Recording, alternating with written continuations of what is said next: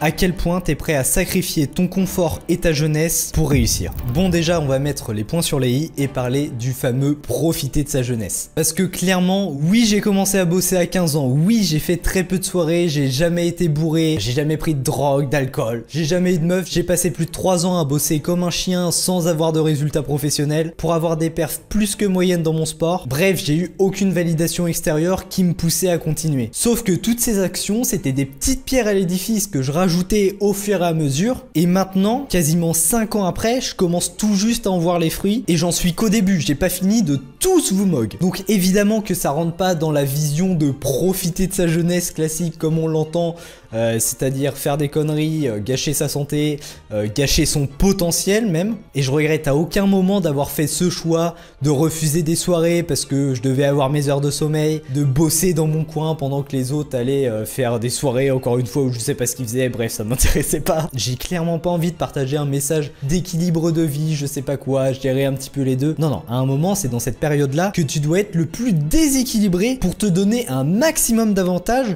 pour ton futur toi. La vingtaine, et même avant, parce que tu peux commencer à bien charbonner avant, c'est ce qui va donner le ton sur toute ta vie. Tu peux soit te mettre dans des conditions hyper favorables et juste être un boss, ou alors détruire ton potentiel et limite gâcher ta vie juste parce que t'as pas mis les bonnes actions en place pendant ta jeunesse. C'est maintenant que tu dois tout donner. Vraiment, donne tout ce que t'as maintenant pour développer des compétences, un business, un bon physique, des relations épanouissantes, parce que plus tu les fais tôt, plus tu vas profiter de l'effet cumulé. Et je t'assure que c'est beaucoup plus valorisé de savoir faire du montage vidéo par exemple qu'un cul sec de bière en soirée. D'ailleurs, si tu veux apprendre le montage vidéo, il y a une formation en description. Tu peux retrouver 2 gratuites qui vont t'apprendre pas mal de trucs, pas mal de compétences que tu retrouveras nulle part ailleurs. Donc tu peux les retrouver, le lien est en description. Juste une petite interruption dans la vidéo pour te prévenir que je lance des promotions pour le Black Friday à partir de vendredi jusqu'à dimanche. C'est la première fois que je fais des promotions sur mes formations, donc autant dire que ça ne se reproduira pas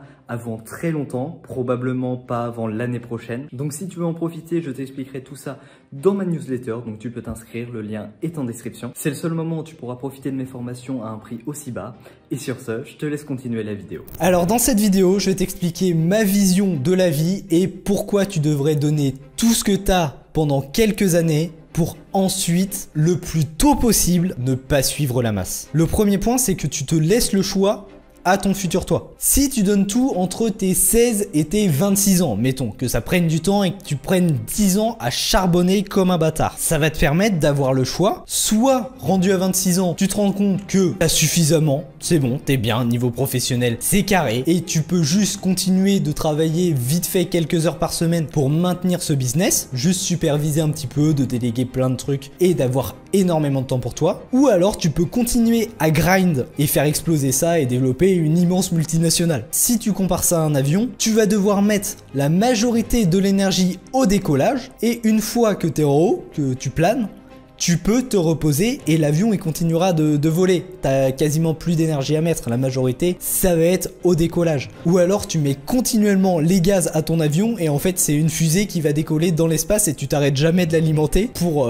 faire un truc énorme. En plus cette stratégie elle est hyper intéressante de ralentir une fois que ça a bien marché et juste de maintenir ça parce que tu vas profiter des efforts de ton toi du passé, et l'avantage c'est que t'es encore assez jeune pour profiter de tout. Sauf qu'en plus t'as beaucoup plus d'argent, donc tu peux avoir des expériences beaucoup mieux parce que t'es pas limité par l'argent, et t'es ok avec le fait de quasiment pas bosser parce que tu sais que le taf tu l'as déjà fait avant. Alors que si tu décides de faire l'inverse, de profiter et ensuite de réparer les pots cassés et de travailler parce que tu te rends compte que je vais bientôt avoir 30 ans et il serait peut-être temps de faire un petit peu d'argent, tu profiteras pas autant parce que tu sais que c'est bien mignon de profiter maintenant, sauf que derrière il va peut-être falloir la faire l'argent. Tu l'as toujours dans un coin de ta tête que tu pourrais faire autre chose de ces soirées qui te donnerait un avantage dans le futur.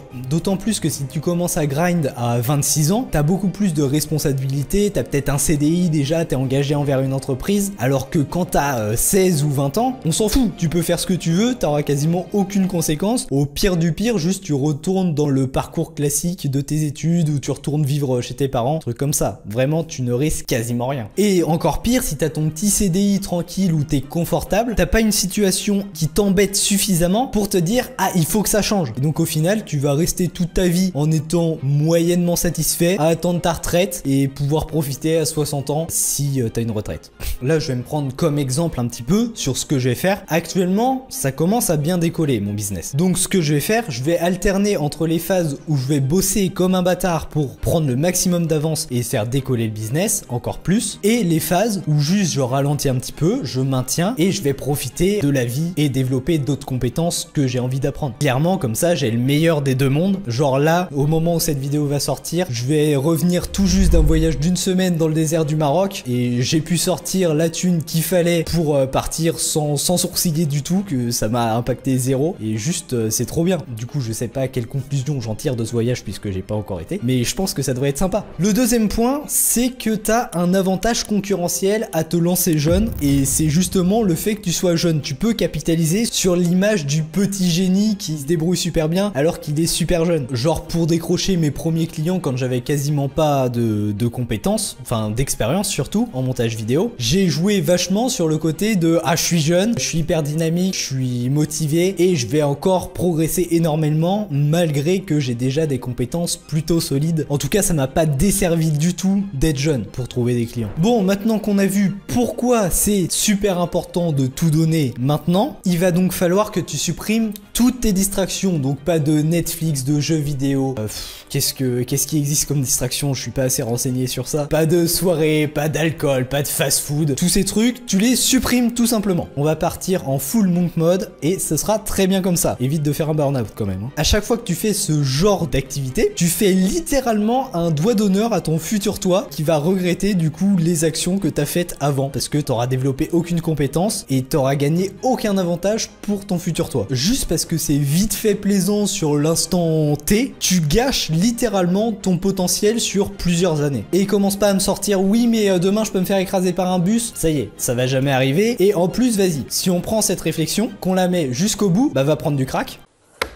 Ça maximisera ton bonheur sur le moment présent et puis peut-être que demain tu peux te faire écraser par un bus. Donc vas-y hein, héroïne à fond, tu m'en donneras des nouvelles. Imagine-toi qu'il y a une version de toi pareil, sauf que à chaque fois qu'il y a une action qui est intéressante, qui va te donner des avantages pour le futur, elle le fait et elle fait jamais ces mauvaises actions. Imagine la différence qu'il y a entre la version de toi actuelle et cette version de toi parfaite. À quel point t'en es loin. Et bah tu vas te mettre en mode déter et pendant plusieurs mois, tu vas essayer de t'en rapprocher le plus possible, qu'il y ait le moins de différence entre ces deux versions de toi. Tu vas te mettre à fond dans développer des compétences, ton business, l'idée que tu as en tête depuis pas mal de temps. Vraiment, tu vas l'éclater. Et en plus de ça, ça va te donner un vrai sens à ta vie et tu vas te sentir beaucoup mieux mentalement. Donc, ce qui nous amène à l'actionable step de cette vidéo et ça va être d'établir un plan d'action. Tu vas choisir une compétence que tu aimerais développer si t'es pas déjà en train de développer une compétence qui va te permettre de faire de la thune dans les prochaines années une fois que tu l'auras bien maîtrisé. Et point positif sur cette compétence énorme, c'est si tu vas pouvoir la scale après pour en faire un business rentable qui sera à ton service et pas toi qui est au service de ton business. Globalement, je recommande toutes les compétences qui peuvent se faire en mode freelance, donc le montage, le design, le graphisme, le code, bref, tout ça. Parce que derrière, c'est des compétences que tu peux scale facilement avec soit des agences ou en créant du contenu, des formations dessus. Clairement, c'est ce que j'ai fait avec le montage vidéo et ça m'a plutôt bien réussi. J'ai d'abord développé les compétences, ensuite j'ai bossé en tant que freelance pour des clients et après pour pouvoir scale j'en ai fait des formations et donc là mes revenus ne sont plus corrélés autant que je passe à bosser sur les formations. C'est plutôt par rapport à la valeur que je peux apporter. Une fois que tu as choisi cette compétence, tu t'obliges à la pratiquer au moins 1 heure par jour en semaine et 4 heures par jour le week-end. Tu bouffes des tutos, tu pratiques en masse, bref tu te développes un maximum dans cette compétence. Et ensuite tu essayes d'être rémunéré le plus rapidement possible parce que déjà ça va te permettre de réinvestir un petit peu dans cet apprentissage, acheter des formations, du matériel, mais aussi ça va te permettre d'apprendre beaucoup plus vite. Tu seras plus impliqué forcément si tu as un client qui te paye en retour. Tu vas te sentir mal de faire du taf moyen, donc tu vas être hyper concentré dedans et tu vas apprendre beaucoup plus vite. En plus, ça peut te sortir de ta zone de confort en fonction des projets que tu vas être amené à faire, donc ça te fera gagner forcément un temps fou. Je pense que j'en ferai une vidéo dédiée sur le business plan à adopter pour passer de 0 de revenus et 0 compétences à 10K par mois, un petit peu tout mon parcours que j'ai fait, ce que je donnerais comme conseil pour les gens qui voudraient se lancer là-dedans. Je te rappelle, mes formations, c'est en description. Sur ce, charbonne bien, c'était Sylvain Evo, out.